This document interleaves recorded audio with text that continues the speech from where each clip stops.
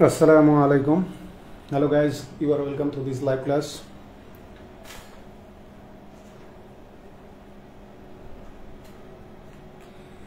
Please keep joining the class.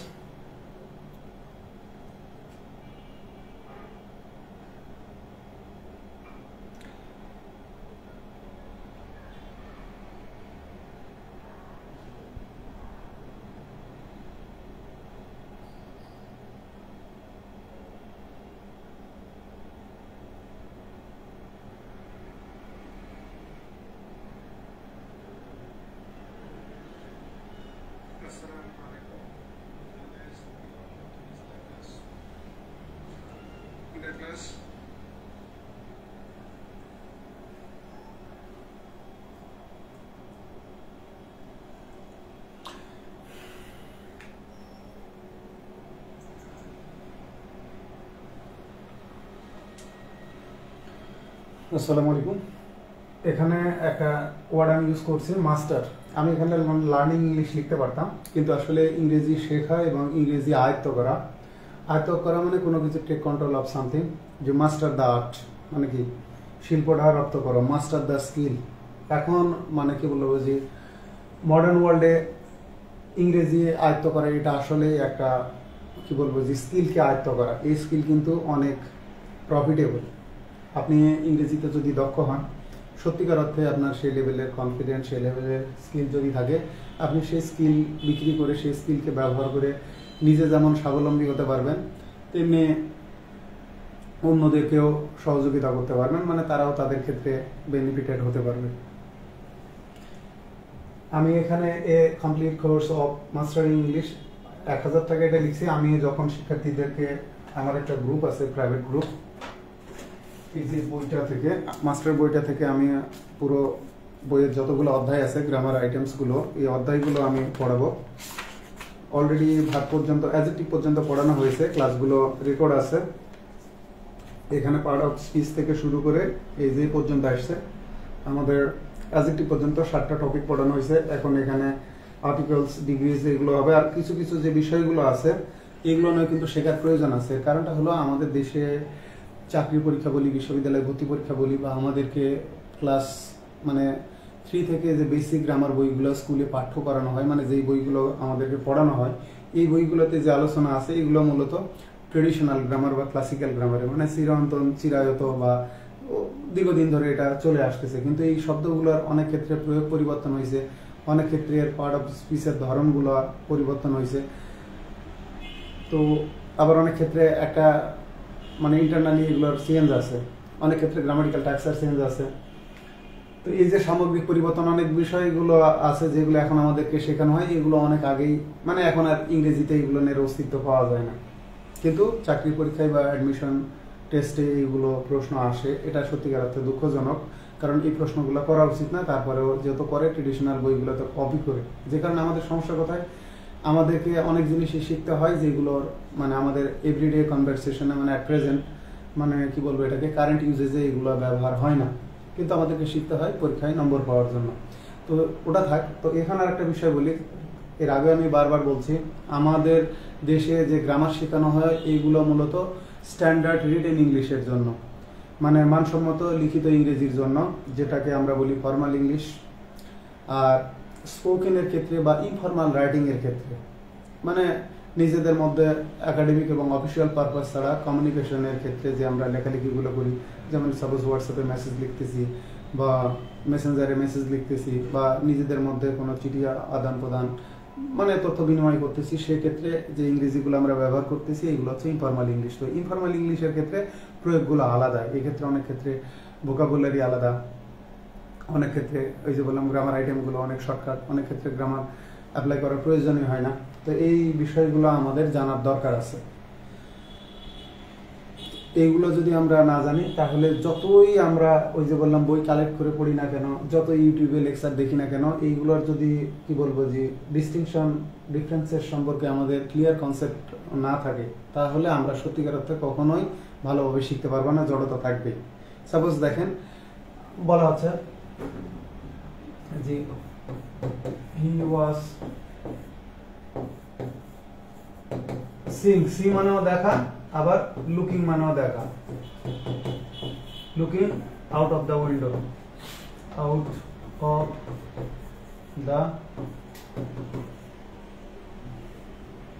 The window, সে জানালার বাইরে দেখছিল। হি ওয়াজ, এখন লুকিং ব্যবহার করব নাকি সিইং ব্যবহার করব? তো সি মানে এই যে আমি দেখে নিলাম, ঠিক আছে, আই স। আর লুক মানে কি? লুক, আমি আমার চোখ দুটাকে কি করছি, একদম ফিক্সড করে ফেলছি, মানে কোনো কিছুর দিকে দেখার জন্য, যে লুক অ্যাট দ্য বয়, ঠিক আছে। তো কোনো কিছু দেখার জন্য যে বাইরে আমি দেখতেছি, আমার দৃষ্টি কিন্তু ফিক্সড করা। তো এই যে সি মানেও দেখা। আবার এখানে একটা মজার বিষয় দেখেন, এখানে আরেকটা আছে, এই যে হি ওয়াজ সিইং, এটা এই কারণে হবে না, সি কে আমরা দেখা অর্থে কন্টিনিউয়াস টেন্স করি না, কিন্তু সাক্ষাৎ করার অর্থে কিন্তু আবার হবে। যেমন I am seeing a bird হবে না, কিন্তু I am seeing my doctor today, আজকে আমি আমার ডাক্তারের সাথে সাক্ষাৎ করতেছি, ওই ক্ষেত্রে আবার কিন্তু সিইং হবে। আবার কারোর সাথে আমার নিয়মিত বলা হচ্ছে মানে I have been seeing a lot of, ধরেন আমার কোনো ভাড়াটিয়াই থাকলো, সাপোজ রাসেল নাম, আমি বলতেছি I have been seeing a lot of Rasel, রাসেলের সাথে আমার অনেকবার দেখা হচ্ছে।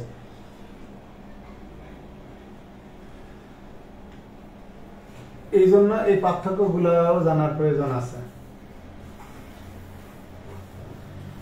যেমন দেখেন, এখানে আমি আউট অফ ব্যবহার করলাম, কোনো কিছুর বাইরে। এখন আমি তো আউটসাইডও ব্যবহার করতে পারতাম। তো আউটসাইড সাধারণত আমরা খোলা স্থানের ক্ষেত্রে ব্যবহার করি, আর কোনো কিছুর ভিতর থেকে বাইরে, মানে যে আবদ্ধ স্থান থেকে আমি বাইরে দেখতেছি, সেক্ষেত্রে আমরা ব্যবহার করি out of.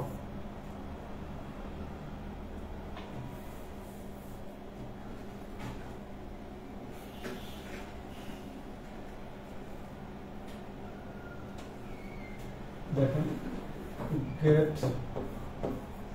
Out of here. এখন আমি এটা কেন ব্যবহার করতে পারতেছি না? দেখেন, গেট আউট ফ্রম হিয়ার, যেখান থেকে চলে যাও, আমি ব্যবহার করতেছি এইটা আউট অফ। এখানে দেখেন, এই অফ এর অর্থ কিন্তু আসতেছে হতে, এখানে এই আউট অফ এর অর্থ হচ্ছে কিন্তু হতে, মানে সে যেমন he was looking out of the window, সে মানে কোনো বাস হোক, ট্রেন হোক, এর মধ্য থেকে বাইরে দেখতেছে, তার মানে হতে। গেট আউট অফ হিয়ার, এখান থেকে কোন স্থান, ধরেন এটা একটা আবদ্ধ স্থান, এখান থেকে সে বাইরে যাইতে বলতেছি, যেখান থেকে তুমি চলে যাও।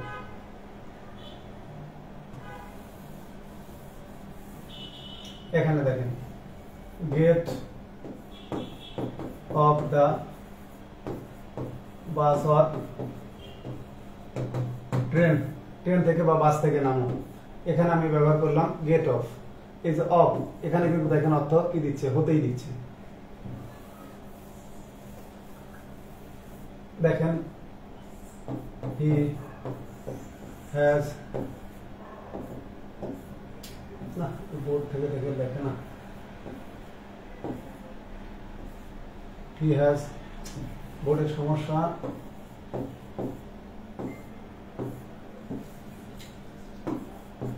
he has come back from market,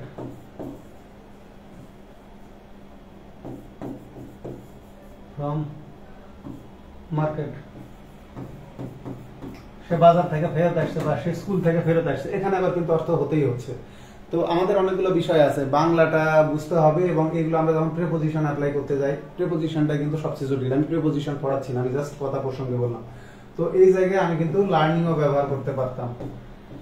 learning, learn মানে শিখলেন, কিন্তু এই শেখাটা আপনার স্থায়ী নাও হতে পারে, কিন্তু মাস্টার মানে একদম আয়ত্ত করলেন, রপ্ত করলেন, সেক্ষেত্রে এটা কার্যকরী হবে।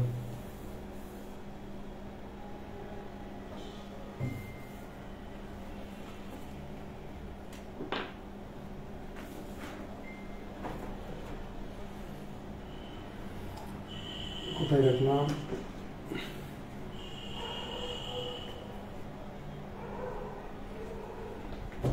এখানে একটা মজার বিষয় আপনাদের সাথে শেয়ার করি। আমি আগে ফেসবুকে পোস্ট লিখতাম যে আমি আমার মেয়েকে কিভাবে শেখাই। আমি আগে পোস্ট লিখতাম, পোস্ট 1, ফেসবুক পোস্ট,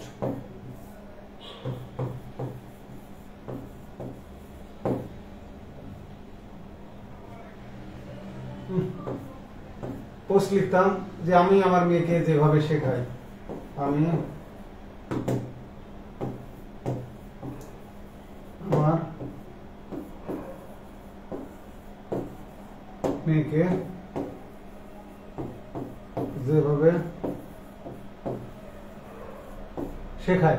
এর অনেকগুলো পর্ব, 5টা 6টা পর্ব আমি সম্ভবত লিখছিলাম, 1 থেকে আমি 6টা পর্ব লিখছিলাম, 6টা পর্ব।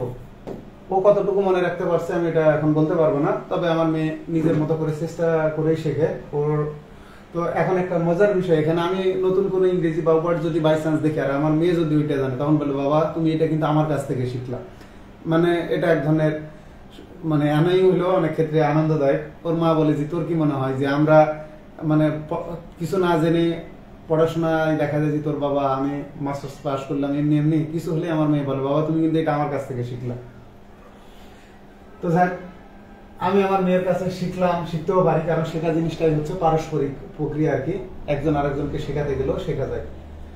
তো এইরকম ফেসবুকে দেখবেন আমার 5 থেকে 6টা, সম্ভবত 3টা কি 4টা পোস্ট আছে পাবলিক আর 2টা পোস্ট আছে পেইড গ্রুপে, 6টা পোস্টের মধ্যে।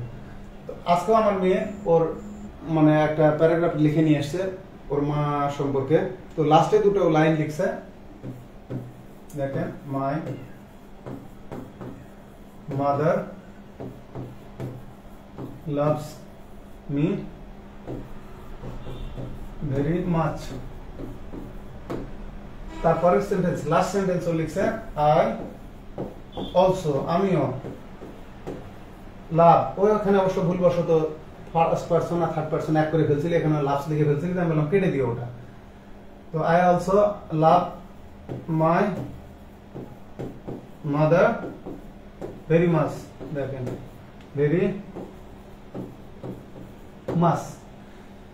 প্রথম সেন্টেন্সে যে আমার মা আমাকে খুব ভালোবাসে, আর পরের সেন্টেন্সও বলছে যে I also love my mother very much. তো আমি ওকে শেখালাম যে দেখো এত বড় সেন্টেন্স বলার দরকার নেই, তুমি কি লিখবা, তুমি লাস্টে লিখবা এন্ড ভাইসি ভার্সা। তো বললো বাবা কি হিবিজিবি ভাইসি ভার্সা বললো, আমাকে একটু লিখে দাও, আমাকে একটু লিখে দাও। তাই আমি বললাম লিখবা এইভাবে যে my mother loves me very much, তুমি লেখো and vice versa বা vice versa, vice versa। তো এর মানে হচ্ছে যে আমার মা আমাকে ভালোবাসে, মানে আমার মা আমাকে যে ক্রিয়াটা করে ঠিক আমিও আমার মায়ের প্রতি ঠিক ওই ক্রিয়াটাই করতেছি। তো সেক্ষেত্রে আমার আর এই পরে এই সেন্টেন্সটা লেখার দরকার নাই। লাস্টে ওই একই রকমের ক্রিয়া হলে ক্রিয়ার মানে কি টার্ম বিং এক্সচেঞ্জড, ভাষা যদি বিনিময় করা যায়, পরিভাষাটা মানে আমার মা আমাকে ভালোবাসে, আমি আমার মাকে ভালোবাসি, সেক্ষেত্রে আমি লাস্টে লিখবো এন্ড ভাইসি ভার্সা বা এন্ড ভাইস ভার্সা। যেহেতু এটা মানে ফ্রেঞ্চ ওয়ার্ড গুলোর শেষে যদি ই থাকে, এই ই কিন্তু উচ্চারণ করা লাগে। যেমন আমরা এটা তো ল্যাটিন ওয়ার্ড, তো সেক্ষেত্রে এই যে এই ইটা ল্যাটিন ওয়ার্ড, সরি আর কি আমি ফ্রেঞ্চ বলে ফেললাম, এই শেষে যে ইটা থাকে, তবে ইংরেজিতে উচ্চারণ না করলেও চলে। এখানে ভাইসি ভার্সা ভাইস ভার্সা দুটোই রাইট। আমরা লতে এটা পড়ছি যে স্বামী স্ত্রীকে গিফট করতে পারে সম্পদের ক্ষেত্রে, আবার স্ত্রীও স্বামীকে গিফট করতে পারে, মানে কি husband can give to wife, মানে এন্ড ভাইসি ভার্সা, মানে also wife can give to husband, make a gift to husband.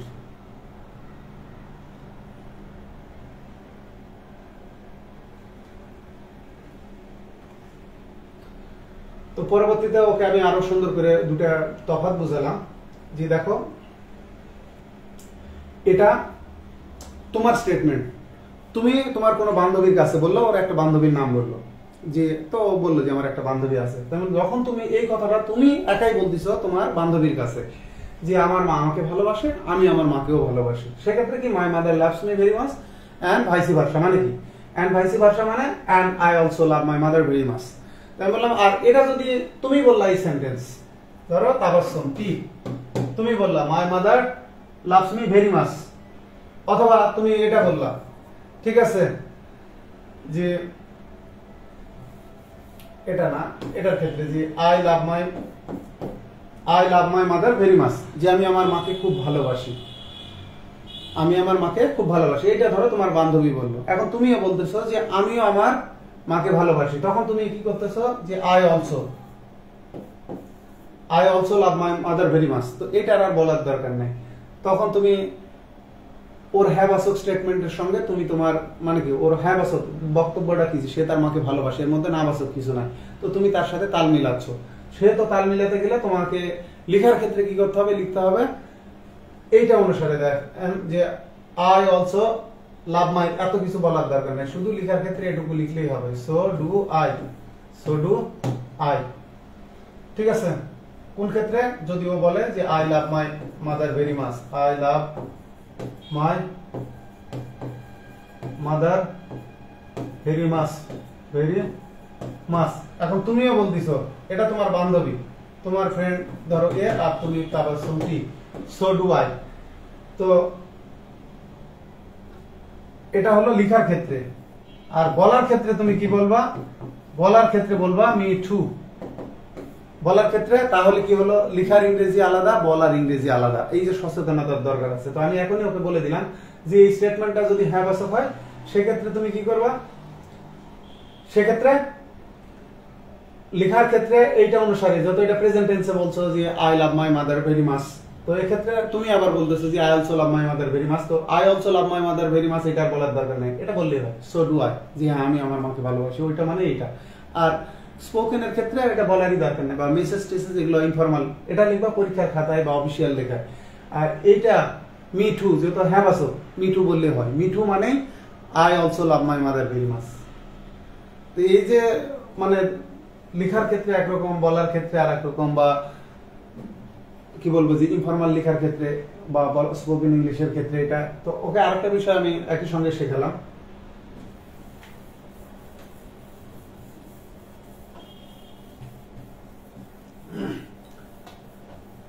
বললাম যে ধরো তুমি তোমার বান্ধবীকে বিশ্বাস করো না, I don't trust my friend, my friend, I don't trust my friend, সে আমাকে বিশ্বাস করে না। তাহলে কি, she also does not trust me, তো she also does not trust me এতগুলো লেখার দরকার নাই। ধরেন and she also doesn't, সে আমাকে বিশ্বাস করে না। তো এই যে এতগুলা কথা না লিখে আমরা এইভাবে লিখতে পারি লেখার ক্ষেত্রে, and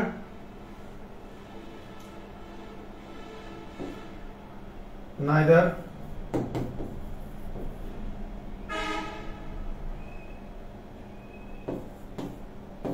does she, neither does she মানে সে আমাকে বিশ্বাস করে না। এখন neither কেন ব্যবহার করলাম, neither বা neither, neither বা neither এটা হলো নেতিবাচক।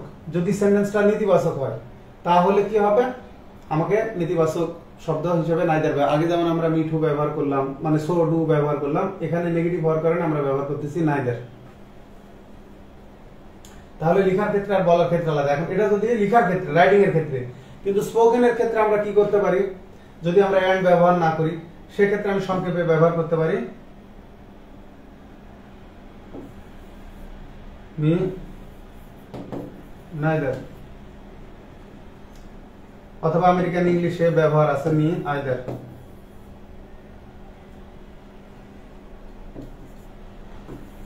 তো এইটা হলো স্পোকেনের ক্ষেত্রে।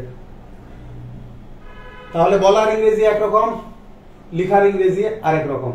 এটাকে আমরা এদিকে এইভাবে লিখতে পারি, এই যে neither does she, এটাকে আমরা এইভাবে বলতে পারি she does not either, she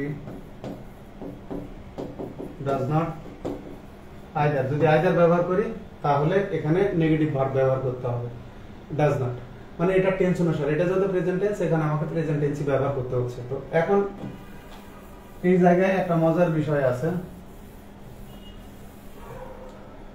যে আমি আমার বন্ধুকে বা বান্ধবীকে বিশ্বাস করি না, সে আমাকে বিশ্বাস করে না। তো আমি এই জায়গায় এত কিছু না লিখে এই যে এখানেও ভাইসি ভার্সা আমি লিখতে পারি, ভাইসি ভার্সা, মানে আমি একই ব্যক্তি যখন কথাটা বলতেছি যে I don't trust my friend and vice versa, মানে কি my friend also does not trust me.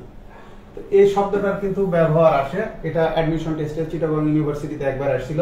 এটা বাজারে যে বইগুলো ছিল সব বইগুলোতেই কিন্তু সব প্রকাশনী সব লেখকরা উত্তর ভুল করেছিল, একমাত্র আমি রাইট আনসার দিয়েছিলাম। এর কারণটা হলো আমি লতে পড়াশোনা করছিলাম, যে কারণে লতে আমরা এই টার্মটার সাথে বেশ পরিচিত।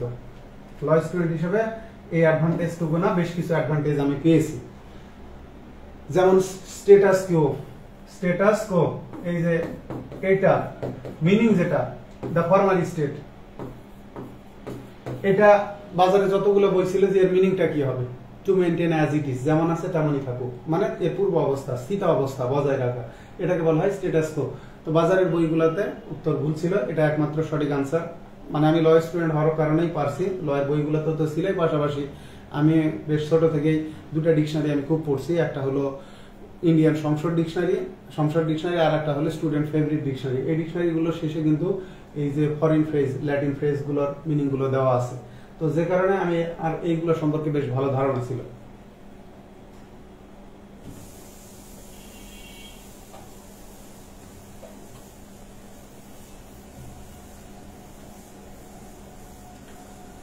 বিশ্ববিদ্যালয়ে ভর্তি পরীক্ষায় যে প্রশ্নটা আসছিল, দেখেন আমি আমার বাচ্চাকে ওটাও বুঝালাম যে দেখো one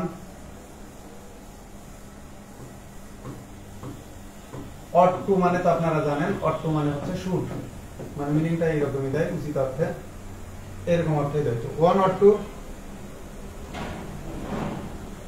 cooperate one's neighbors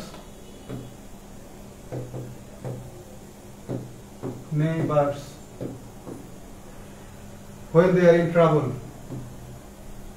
when they are in trouble, তারপরে আসেন এখান থেকে and। তো অপশন এইতে ছিল neither do they,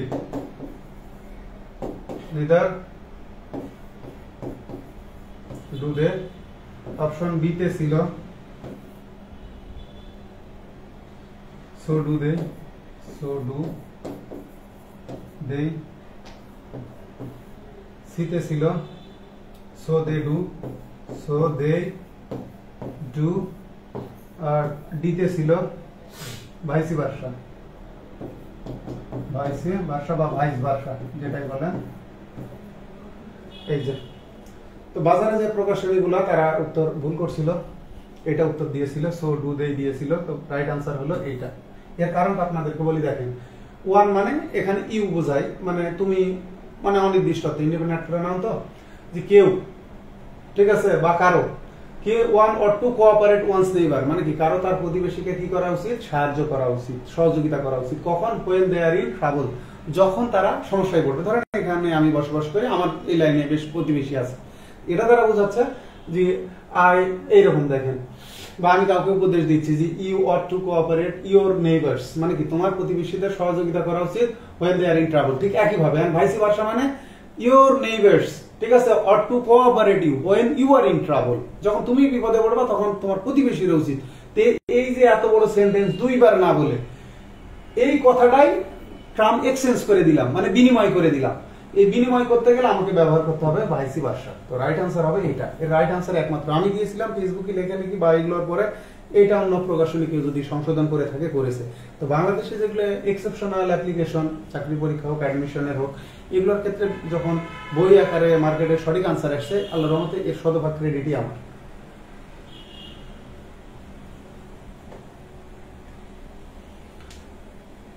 তো রাইট আনসার কি হচ্ছে? এই যে ভাইস ভার্সা, মানে এত বড় সেন্টেন্স এখানে দেখেন অট টু অনুসারে এখানে যে অক্সিলারি ভার্ব থাকবে, এখানে কিন্তু একটাও নাই, ডু আছে।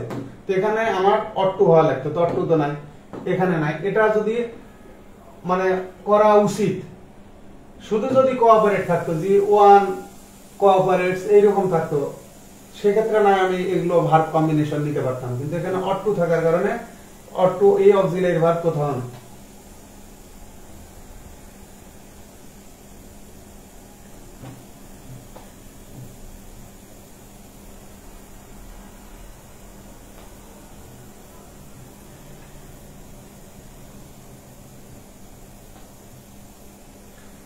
তাহলে কি বুঝলেন যে আমাদের দেশে এই যে চাকরি পরীক্ষায় যে প্রশ্নের উত্তরগুলো আমরা শিখি, ঠিক আছে, যেমন আমাদের এইভাবে হয়, দেখেন এ বলতেছে কি, এ একজন ব্যক্তি ধরেন যে I don't like black coffee.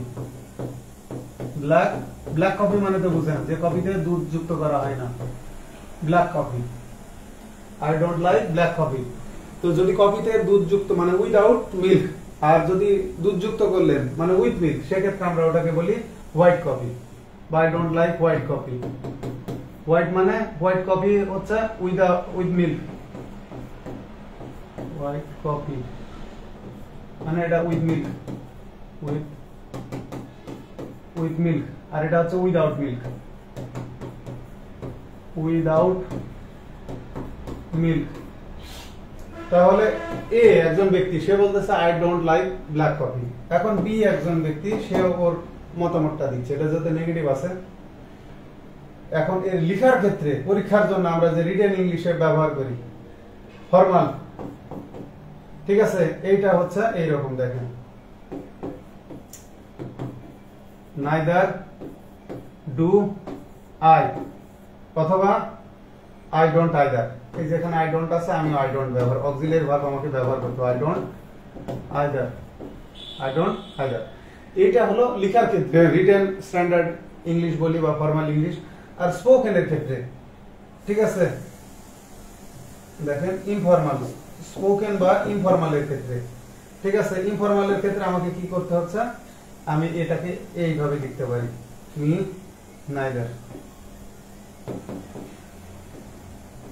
অথবা মি আইদার। আমেরিকানরা ব্যবহার করে মি আইদার বা ইদার, আমেরিকানরা বলে ইদার নিদার, আর ব্রিটিশ ইংলিশে আইদার নাইদার। এর একটা প্রুফ দেখায় আপনাদেরকে, এগুলো কিন্তু আবার অনেক সময় স্পোকেনের প্যাটার্ন থেকে আসে। এখানে একটা প্রশ্ন দেখেন, এই যে দেখেন I won't be late, I won't be late 35 নম্বর প্রশ্ন, যে আমি দেরি করব না, আই ওন্ট বি লেট, আমি দেরি করব না। অপশন এতে আছে সো ডু আই, অপশন বিতে আছে মি নাইদার, সিতে আছে আই টু, ডিতে আছে নর অ্যাম আই। এখানে দেখেন অক্সিলারি ভার্বটা ওন্ট মানে কিন্তু উইল নট, তো এখানে অক্সিলারি ভার্বের কম্বিনেশন একটাতেও ঠিক নাই, এতেও ঠিক নাই, বিতে তো শর্টকাট ব্যবহার করছে, সিতে আই টু, ডিতে নর অ্যাম আই। আপনাদেরকে আরো সুন্দর করে বুঝাই দিই,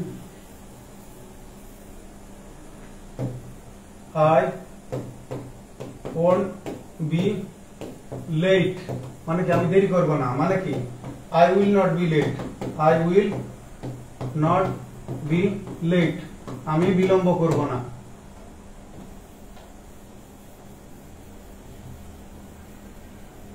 তো এটা যদি আমি নেগেটিভ করতে যাই রিটেনের ক্ষেত্রে, পরীক্ষার ক্ষেত্রে বা ফর্মাল ইংলিশের ক্ষেত্রে, সেক্ষেত্রে আমাকে কি করতে হবে, আমাকে দেখেন আই ওন্ট বি লেট, আমি দেরি করব না, মানে I will not be late.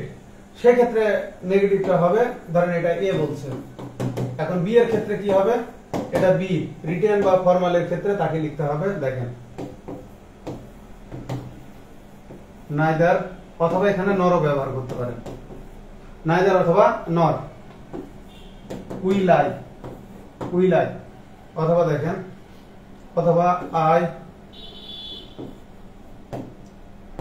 Will not মানে হলো ওন্ট, এই যে উইল নট মানে হচ্ছে ওন্ট, আই ওন্ট আইদার। যদি আমি নেগেটিভ অক্সিলারি ভার্ব ব্যবহার করি তাহলে এটা হলো রিটেনের ক্ষেত্রে, ফর্মালের ক্ষেত্রে। আর স্পোকেনের ক্ষেত্রে আমি কি করব, স্পোকেনের ইনফর্মাল বা স্পোকেনের ক্ষেত্রে, ইনফর্মাল মেসেজ বা স্পোকেনের ক্ষেত্রে, সেক্ষেত্রে মি নাইদার বা মি আইদার,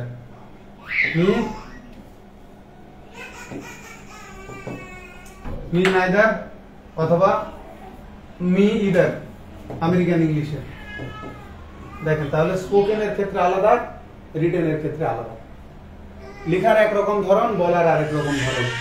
এটা শুধু একটা ক্ষেত্রে না, গ্রামারের সকল জায়গাতেই এইরকম পার্থক্যগুলো আছে। বলার ইংরেজি একরকম, ঠিক আছে, ফর্মাল লেখার ইংরেজি আরেক রকম।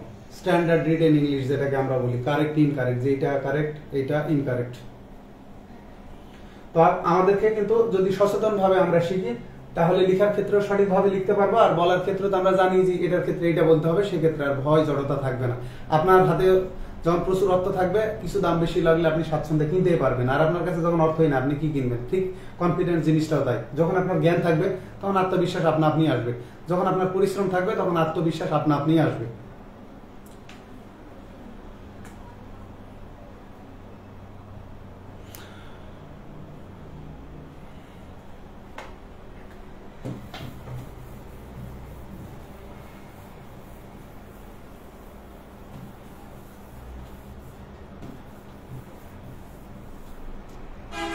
আমার প্রাইভেট গ্রুপে যুক্ত হতে গেলে প্রসেসগুলো পোস্টে দেওয়াই আছে। আমার যে বিকাশ নাম্বার আছে, ওই বিকাশ নম্বরে আপনাদেরকে 1000 টাকা, 1K টাকা,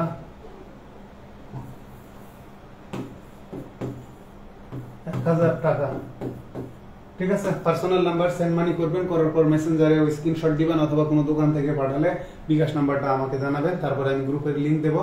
আপনারা রিকোয়েস্ট পাঠালে আপনি বিকাশ নাম্বার লিখেও রিকোয়েস্ট দিবেন। ওখানে আপনার একটা কোশ্চেন আছে যে আপনার বিকাশ নাম্বার কত, আপনি অবশ্যই আপনার নাম্বারটা লিখে রিকোয়েস্ট দিবেন, সেক্ষেত্রে আমি চেক করে আপনাকে অ্যাপ্রুভ করব। এখানে পোস্ট আছে 100+, এগুলো একদম নতুন। 100-র বেশি আছে, যেগুলো ফেসবুকে আমি যেভাবে পোস্ট দিই, কিন্তু ওই পোস্টগুলো না, ওই পোস্টগুলো বাদে একদম নতুন ইউনিক পোস্ট আছে 100-র বেশি। সেটা 200, 300, 400 যেটাই হোক আছে। আর আগের ক্লাস নেওয়া আছে 42টা। এখন ক্লাস কন্টিনিউ করব। গ্রুপে নতুন মেম্বার যুক্ত হওয়া মাত্রই আমাদের ক্লাস হয়েছে, এইদিকে অ্যাজেক্টিভ পর্যন্ত ক্লাস নেওয়া আছে 42টা। হয়তোবা ক্লাস কমপ্লিট করতে এরকম আরো 30, 40, 50 যেটাই লাগুক। আমি প্রথম অবস্থায় হয়তো আরো গুড়া 20 ক্লাস নিয়ে টপিকগুলো মানে নর্মালি শেষ করবে। এরপর যে এক্সেপশনাল ইউজেসগুলো আছে, ব্যতিক্রম প্রয়োগগুলো আছে, বা দেখা যায় যে আমাদের প্রায়োগিক শেখার যে জায়গাগুলো আছে, এইগুলো আবার ধারাবাহিকভাবে ইনশাল্লাহ শুরু করব। তো এখন এটা আপনাদের ইচ্ছা, যদি সচেতনভাবে শিখতে চান তাহলে 1000 টাকা ব্যয় করেন। আর সবসময় আমাদের মনে রাখা উচিত বেঞ্জামিন ফ্রাঙ্কলিনের কথাটা, an investment in knowledge page the best interest. মানে কি, জ্ঞান অর্জনে বিনিয়োগ করলে, ওনারা বিনিয়োগকারী মানুষ তাই সুদের কথা বলছে, যে সবচেয়ে বেশি মুনাফা পাওয়া যায় বা লাভ পাওয়া যায়। আর আমার ক্ষেত্রে আমি ওই কথাটা একটু ঘুরিয়ে ফিরিয়ে বলতেছি যে উই প্রফিট বেস্ট, মানে সবচেয়ে বেশি লাভ পাচ্ছি কোথা থেকে? From the investment in knowledge, মানে জ্ঞানে বিনিয়োগ করলে আমরা লাভবান হই সবচেয়ে বেশি। এখন সিদ্ধান্ত আপনাদের।